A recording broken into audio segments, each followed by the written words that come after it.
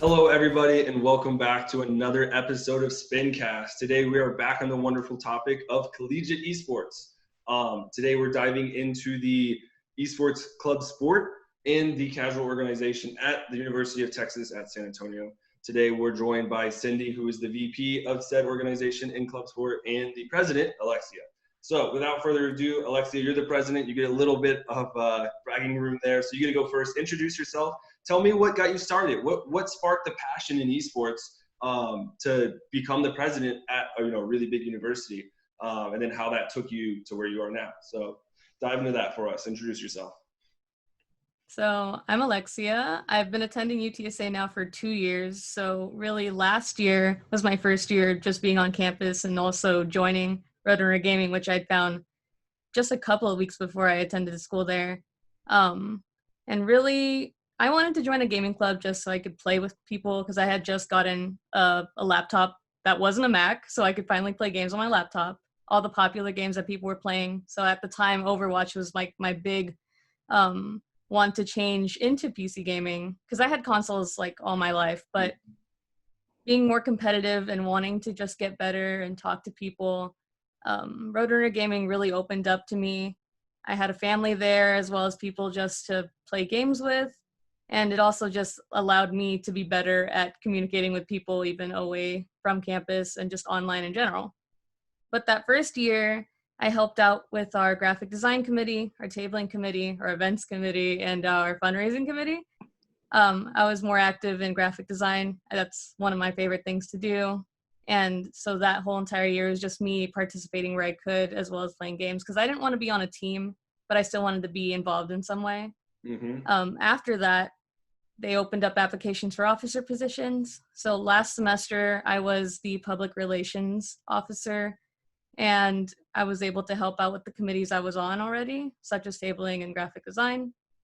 And then at the end of that semester, it got a little crazy just because our vice president needed to go, and I wanted to step up and help even though I had only been on for a semester as an officer. I felt like I learned a lot just as a public relations officer at that time, and I wanted to learn more about esports, so I wouldn't just kind of be there like, yeah, I like gaming, and here's some advertisements, come and join us. I wanted to be more informed about what exactly I was promoting. So I was able to become vice president at the end of that semester. And for the first couple of months, this current semester now that's just ended, I got to learn a lot, tried to do a lot of research on my own, and our president just didn't have the drive to be in charge anymore, and she didn't really find anything to help her keep that spark ignited. So I said I would take over, which I knew for me meant I had a lot of challenges to face because there was something she hadn't like introduced me to or told me about. And I had to just all of a sudden make sure everybody, including like our game coordinators that we have that help us out with the teams, like on track. So these past couple of months now that I've been president, it's been a very big learning experience. I've been talking to a lot of people in different schools, whether that's varsity or club sport also, or just a casual organization. I've been able to network with a bunch of schools, learn from them, and also help us out, try to, during this crazy time of COVID, figure out how to keep the community engaged and also prepare for the next semester to have teams that we still have and also new teams. Awesome. Incredible story there. Really moving up the ranks quickly, as we can see. Awesome. So Cindy, go ahead. Tell us the same introduction, where you started and how that got you to where you are now. Hi, I'm Cindy. I'm vice president. I'm an upcoming sophomore at UTSA, and I started come to UTSA interested in esports because I started out as an Overwatch player, and so I was like, hey, I'm gonna join this Discord at UTSA, meet some gaming friends, and that's also where I met Alexia. But I'm on the team right now, and then I became interested in the committees, such as tabling, events, and graphics. And then afterwards, I went to PR for a whole semester, and it was a very nice learning experience. Right now, I'm very interested in focusing on the competitive scene and making sure that Roadrunner Gaming is a good platform on the path to grow for any esports player, that they can join a team and they can have a credible team such as Roadrunner Gaming. Mm-hmm. And then, and after that one semester of being public relations officer, I became vice president. And it's a lot to take in at once because I just stopped being a freshman, but I really enjoy learning, and Roadrunner Gaming has been such a great environment for me. I met all my friends there, and it's basically like a home to me. So I really care a lot about the players, and I have a lot to learn still, but I want to keep learning. Yeah, absolutely. Sounds like y'all are both in a great place and have that really good mindset of approaching every day with that, okay, how do I improve personally and for the betterment of the players, the students, because that's ultimately what we're all here for, right? Making sure that everyone has the best setup for success, whatever that may look like, winning a championship, graduating with a really good degree, high honors, and getting a job, right? So many different ways. Absolutely love to see it. A common theme that kept popping up there was the sense of community.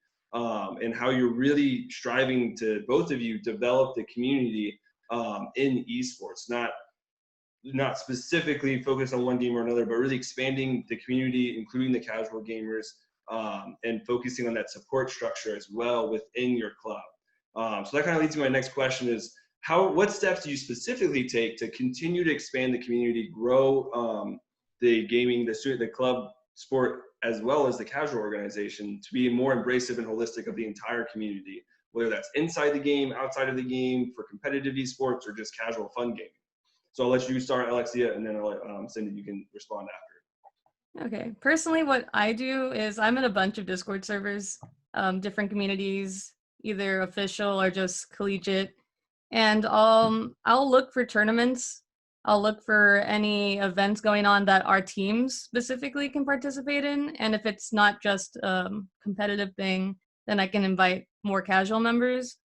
But usually I try not to focus on like my game of Overwatch, which is the thing I know most about, right? But I'll look for anything else. I'll try to learn more about games, so that way, like right now, we have pickup games for Overwatch. We started it for Valorant, and we're going to start it for League of Legends as well.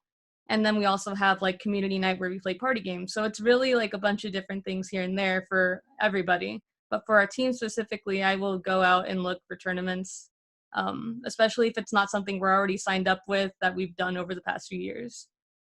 Yeah, for sure. Awesome. Great to hear. Cindy, go ahead. Give us your thoughts. Going by what Alexia said with community nights, we do that. If we get to be on campus for the fall semester, we get to do more LANs, more events with the competitive and casual players. Last semester, due to COVID-19, we couldn't do it, but we were actually planning to do potlucks with the competitive and the casual players to meet each other. And but right now we're just sticking to community nights, and it's been a great success. Sometimes we have over like 30 people in the whole Discord voice channel, and it's a whole mix of like the teams and just new players. Some people like out of UTSA as well, and it's been a great experience. Yeah, sounds like a crazy fun night with a bunch of people, and it's so nice to see that be able to happen online with platforms like Discord and other communication services while we're all stuck at home still. Hopefully things start to continue to reopen safely, of course, but I'd love to get out there and have those lands again for sure. Another topic that kept popping up there, in those responses and the ones before, was the support structure that you have in place. So, a lot of universities or colleges across the nation, they don't really have that much. They might have a president, they might have a director, but not too much more. Sounds like you have a lot more there at UC San Antonio. So tell me a little bit more about what that support structure looks like, and really what that importance is for the players as they continue to compete and grow their possibilities as well. I'll let you go first, Alexia, again. Okay. So right now, I believe we have 7 officers, which is a president, a vice president, a secretary, 2 event coordinators, which is new this year, 2 public relations officers, and a treasurer.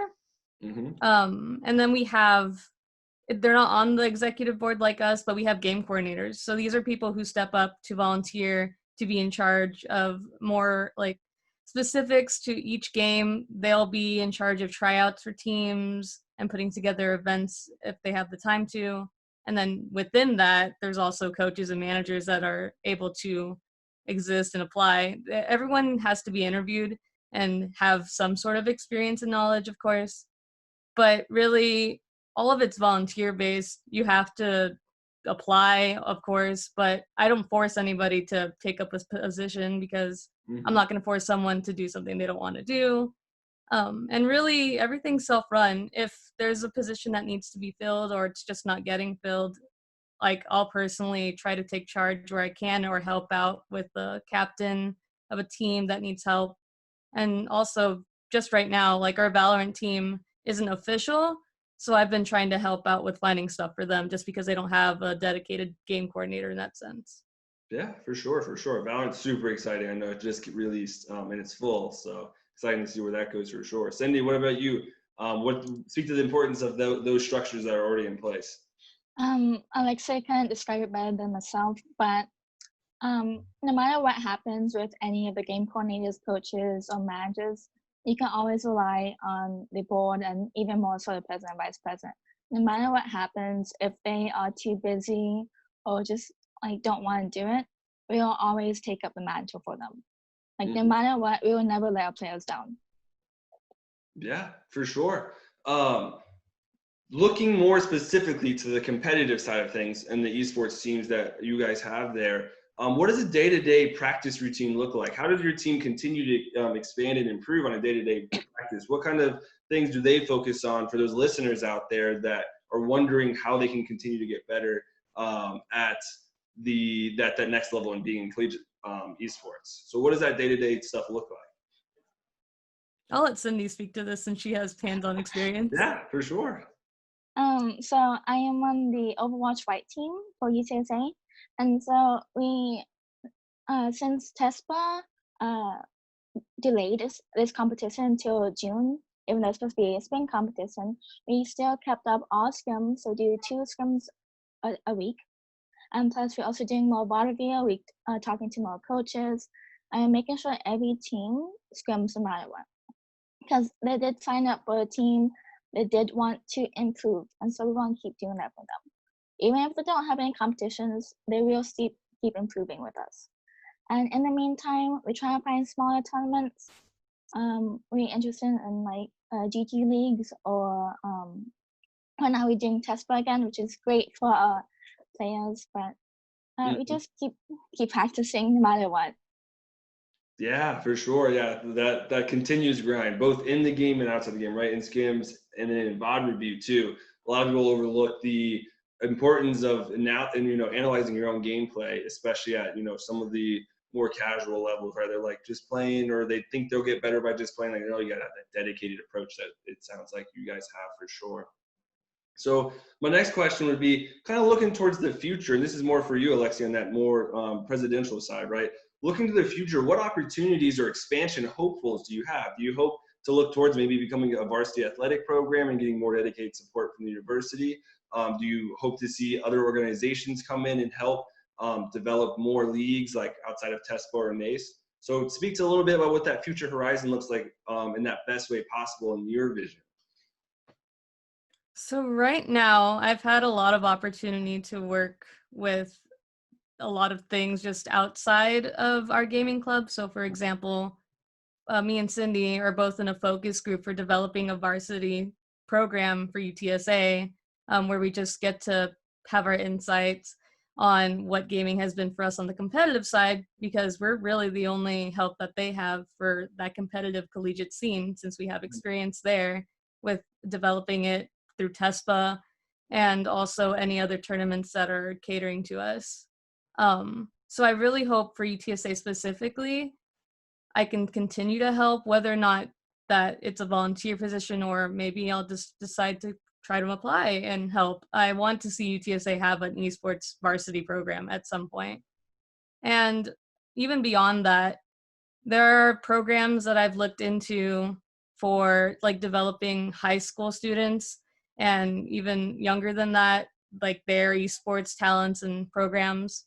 I just applied for an internship that actually does this, where they'll just try to provide any financial aid and also just some resources for parents to learn more about esports. And that's something that even if I'm not directly a part of, other organizations hopefully will see that this is an opportunity to not only get more people into the scene, but also have parents more comfortable with their kids playing games here and then, even though they have homework to do. I've just had a lot of opportunities recently to network, more so on the collegiate side, and also just looking towards the future of UTSA more specifically. Yeah, sounds incredible. A lot of bright things on the horizon there. Now, a little twist to that question for you, Cindy. As a player on one of the teams in the competitive scene of Overwatch, right? It's a very competitive Tier 1 esport. What do you hope to see change, especially from that younger age, right? Those high school players. What do you hope to see change where they can really harbor their talents and bring them to that next level? Are there any particular programs that you know of, or outreaches or developmental training that you hope to see change so we really get to bring in a new wave of really great talent into collegiate programs? For that right now, it depends on Blizzard's path to pro, because right now it's kind of rocky, and some people don't know if Overwatch esports will be a thing in the future. But I still have hope for it. Yeah. The best we can do is go through like open division and then contenders and so forth. For the program, I'm just hoping that, again, like Alexias said, we can go to varsity esports and make it to people that like esports can be a career. You can make money off it. You can play like not just as a hobby or as just a fun team. Like this can be a career for you guys. And so eventually I want to work towards like things like scholarships and team game rooms, anything to support players and make sure they have everything they need to become an esports player. In case they do have stuff like bad computers or just bad Wi-Fi, I want to provide that for them. Yeah, exactly. Having that basis and that foundation is so important because it just leads to so much more, right? It gives you the ability to keep improving and keep growing on that day-to-day basis, which is ultimately what we want in any competition. It doesn't have to be esports, traditional sports, doesn't matter. If you have that basis, then you can continue to improve. So that's awesome. We are unfortunately running out of time. I do have time for one last question though. Kind of going off what I just asked, if you had, and this is for both of you, if you had one or two pieces of advice for high school students that have that drive in esports and they want to bring either their skills into the playing side, like yourself, Cindy, or into the support staff side, right? Being a president, VP, both of you fulfill those. What advice would that be? Alexia, I'll let you start. Don't be afraid to take risks. Esports and gaming in general as like a career and an industry is built upon risk because it's just a growing technology. There's things that people don't know if it'll work or not, so you just have to try. You just have to keep trying. Just one failure is not going to prevent you from succeeding at any point. Someone's going to want to take you up on a team, or you can just keep practicing and practicing and get better. It's just all of these things, even if they seem kind of minimal, will just in the end add up to an actual path for you in esports or the gaming industry. Yeah, absolutely. Couldn't agree more. What about you, Cindy? If you have a drive for it, never give up.